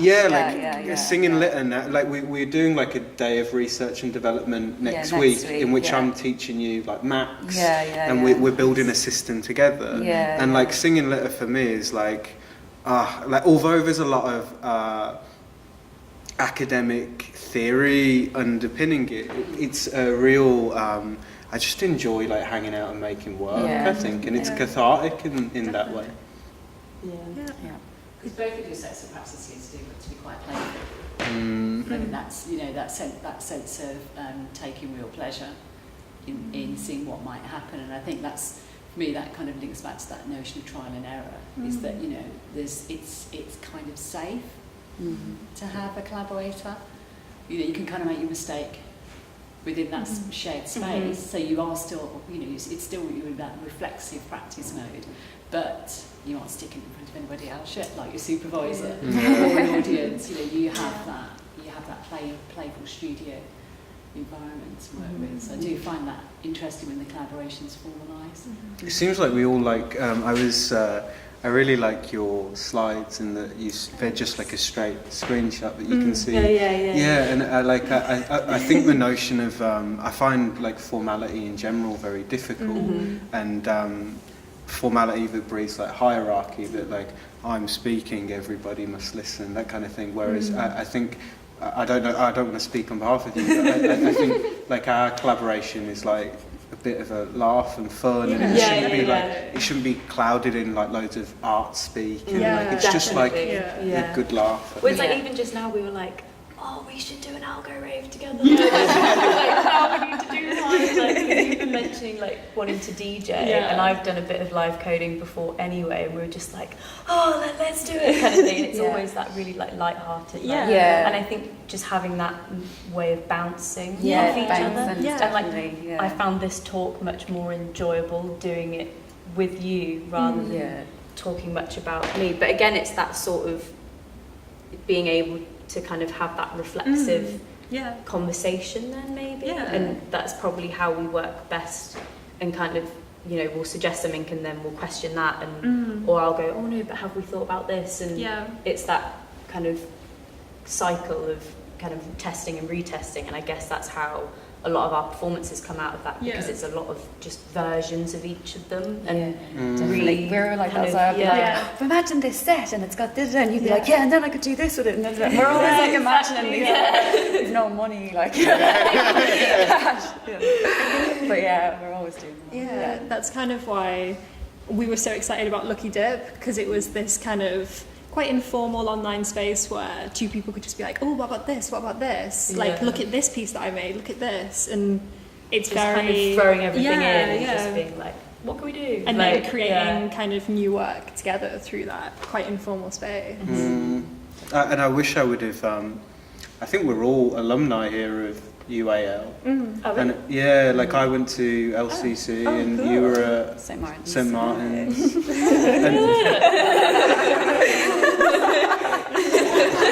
But I remember when I was doing my first degree, and I would like see master's students or people doing their doctorates, and I would feel like I'd almost be like bowing down and all of this.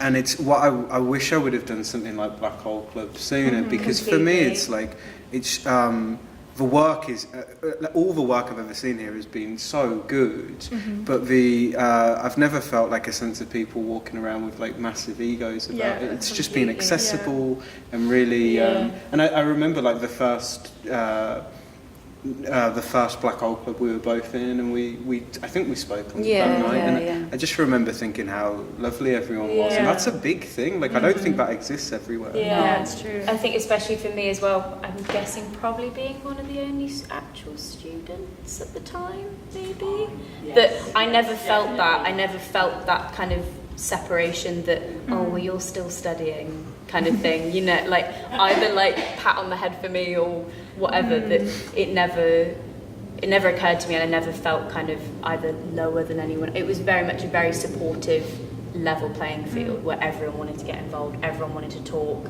chat about work and kind of collaborate in some way, even just conversation. Like it was a really kind of eye-opening, like, you know, I'm ready to graduate, let's go, kind of thing.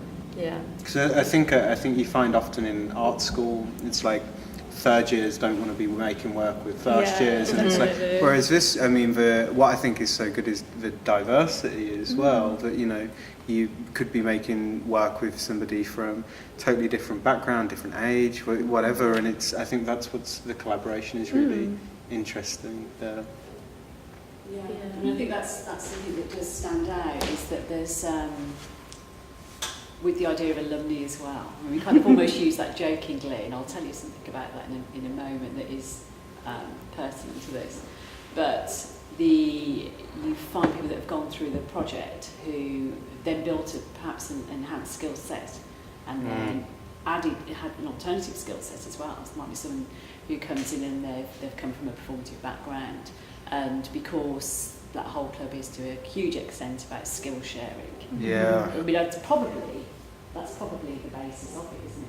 Skill sharing. Skill sharing and using the space. Using the space, so it isn't so there isn't just a curated space, because, you know, how many of them are there?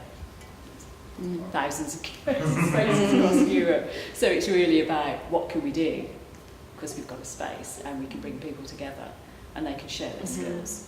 And the domino effect is crazy. Like the amount of some people who saw pieces of work, I've ended up doing stuff elsewhere, and things keep happening because of Black Hole Club, and it's incredible to me. Like how it seems to people you get so focused on doing one thing, but it's the stuff in the periphery that ends up being really interesting. Like this collaboration was, you know, it starts as a few lines in an email, right, and then it takes over you.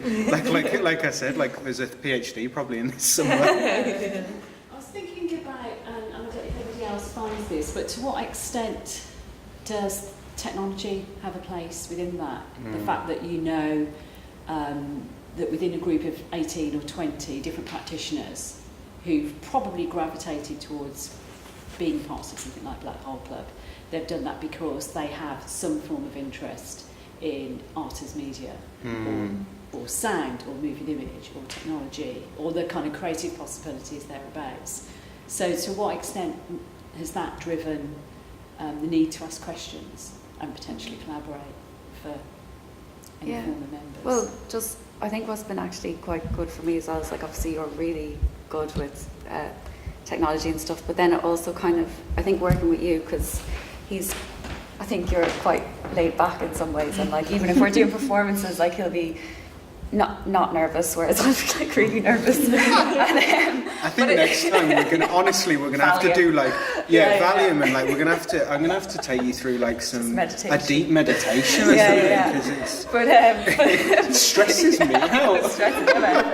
But that's great, like, because also kind of makes me look at technology I use, and I actually think, I know more than I think I do, or like... know, it's scary. No, but you know, it's like, but it just makes you think about what way you use it and what way other people use it. But I think this is something I have a problem with in academia and art intrinsically, is that people, like the notion of smoke and mirrors, I think is true, is that people use a particular set of language because it excludes other people and it puts you on some kind of intellectual pedestal, and I find that really difficult, in that, like, I hope when I finish my thesis and I talk about my work, it can be, I make sound out of images. I could say I'm exploring pixel data sonification for whatever, but I'm just making sound out of image, and that's fine. I don't need to, and I think that's what I really liked about just even the notion of you having everything there, it hasn't been like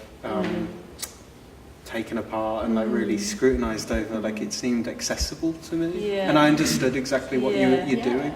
Well, everyone's work today, like I understood it. It's really important, isn't it? It's really important to understand what something is and how it came into being, and I think that's always seemed to be particularly important with work that's been not just now digitally informed, but work that has been technologically informed, whether that was analogue technology, or mechanical technology, or digital technology. It's always felt fundamental to the practice, and I think that, I've been curating for like 20 years. It's a very long time, but it's something very noticeable with artists who are coming from that space, and that willingness to be transparent about the means by which the work has been produced, and it's not bullshit basically. It's about this is how I did it. You can do it too. That's fantastic. Antonio's brilliant at that, because he will always tell you in detail how you did it. This is how you did it, but it's about sharing knowledge.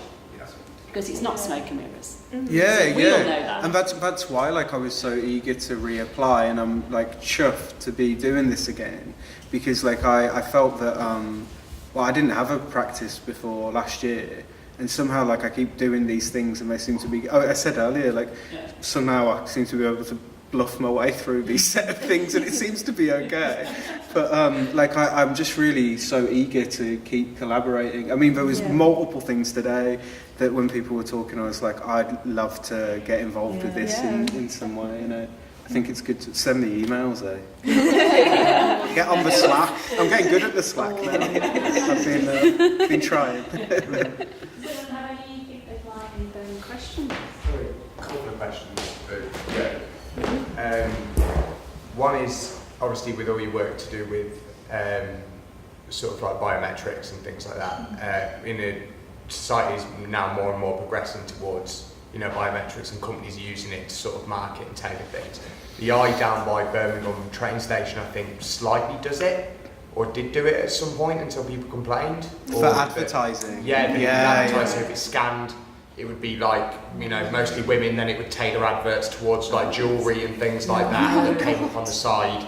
But people thought it was a bit intrusive, so I don't know if it stopped or if anything actually still went on with it. Do you think that eventually, to a point, that people will actually go and do what you've done to sort of disguise themselves from being read biometrically, or do you think that it will just carry on, or it's an inevitability? I think there's probably still going to be ways or attempts to try and hide, but more, I think, just to try and settle your own mind. But I think in so many ways now, it's already happening too much that even there's things that we're probably not aware of that's being harvested, I guess, in some way. And it's getting very dark, but I think doing things like the face paint, even that is already slightly too basic now. That even though that was developed by quite in a very good way by Adam Harvey, who's an activist artist based in Berlin. Even he's kind of gone now, actually it doesn't really work to its full potential anymore, just because of how those sorts of algorithms are working now, and the real basic kind of pixels that it needs now for it to recognise a face. It's just it's kind of not as useful anymore. But they'll find other ways of kind of combating it. But even the other day we saw fingerprint recognition to get into your office building outside CSM, and we were just wow, we are way behind kind of thing. And so I think it kind of, ideally it'd be great if these things kind of kept coming, and I'm sure they will in some ways. And I guess because probably biohacking now in some way could probably kind of develop in those sorts of activist ways maybe. But we'll just have to wait and see. The open document you did as well, essentially what you made was 4chan. So, I mean, I know there's an arts board on 4chan, so if you're going to move forward and do it again, have you thought about maybe going into a bit deeper on the internet? I mean, you would have to seed out a lot of shit posters. Yeah. But I think you possibly could be surprised with some of the work that actually comes up. Because I've been on 4chan for years and years and years and years, and especially in the arts board, some of the things they come out with are actually really good, but a lot of it's terrible in many ways. Yeah. But have you ever thought about maybe taking a bit of a deeper dive into the internet than just a sort of open call? Possibly. I don't know. I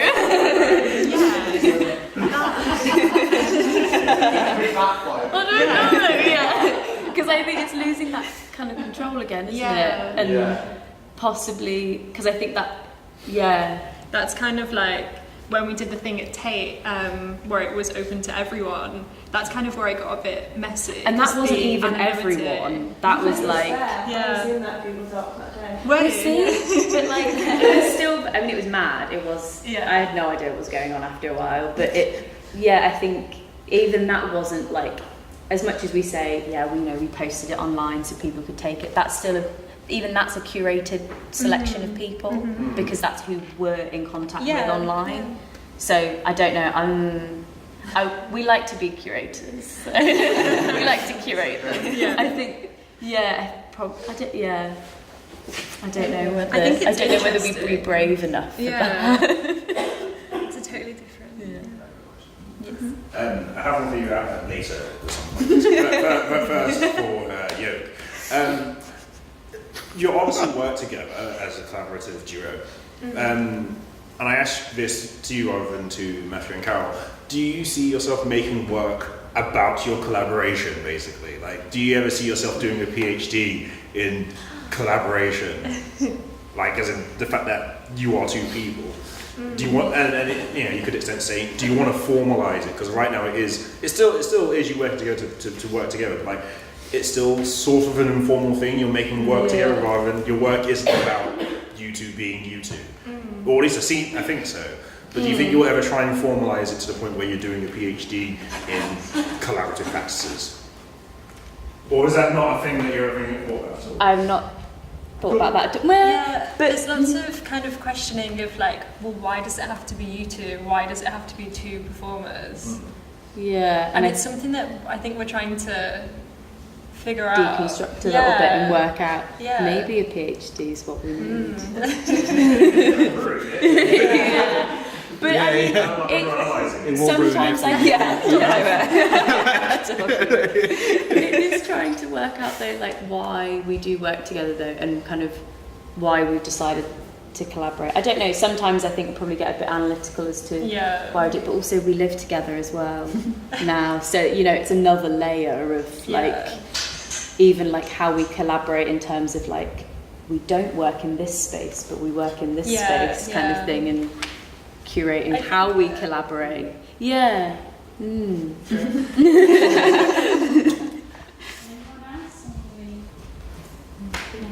just frozen, aren't you? I have one more. Throw one up. Go on. So this is now to Carol and Matthew. Very even. So with sonification, does anyone ever listen to this podcast more or less? It's a statistics program. Sure, yeah. Yeah, it's a good one. So he did an episode about how understanding data, because of course we have charts and pie graphs and everything which help us to understand something visually. Like if you saw a pie chart about pies, I guess, you would understand just from looking at it. You'll be able to relate that back to the thing. But what about the sonification? So if you were to just show the colour, could you understand the sound? Like, could you have one without the other? No. Okay. Could you understand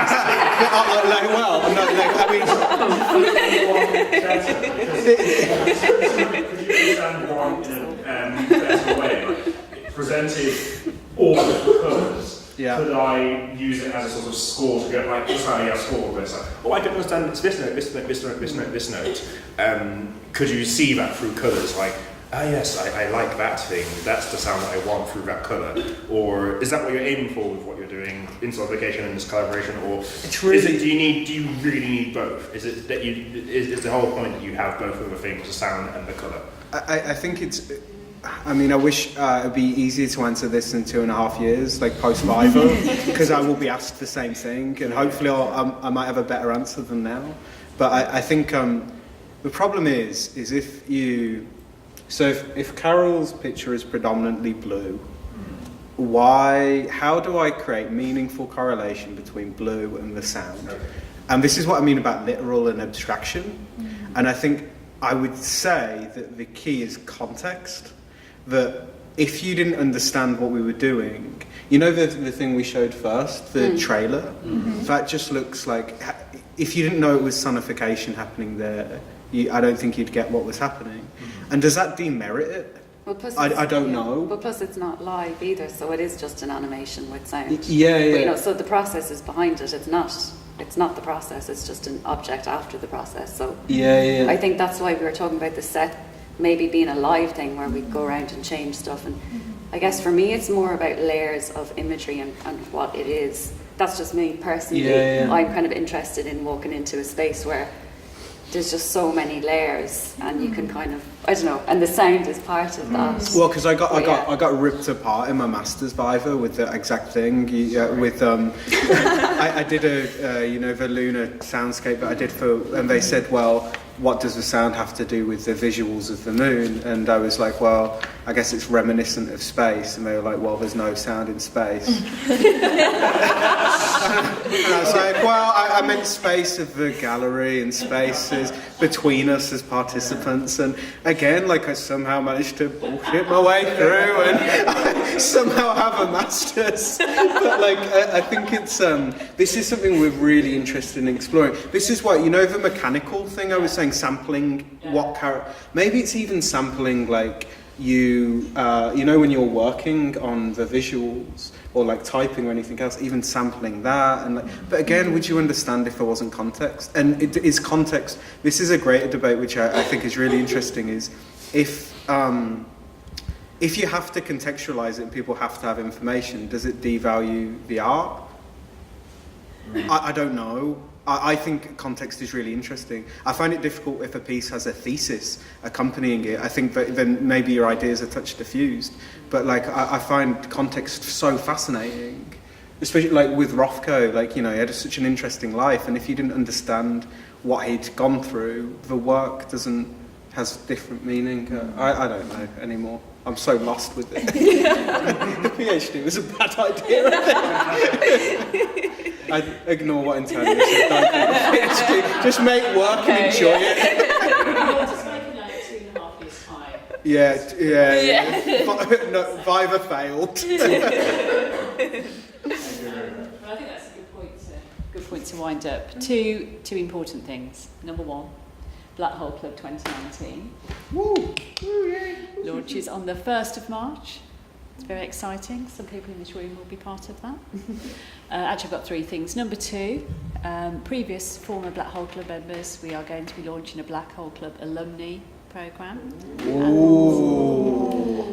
And the first thing that will happen with that will be we'll be gathering proposals for a big alumni exhibition in 2020. And you can apply. It's an alumni. Get the cat ears ready. Thank you to all of you. Really, really interesting, and it's just lovely because you kind of see proposals early on and go, oh yeah, that sounds like, that sounds like really interesting research, and you're never sure what you'll see at the other end. So it's great, sort of seeing that these projects are evolving still, and you've all had such a nice time making the work. It's great. I love it when people enjoy making their work. Although you two, I could see it getting, it's going downhill. So we're going to be like the Gallagher brothers. So I wish we didn't get the matching tattoos. Got a face on my back.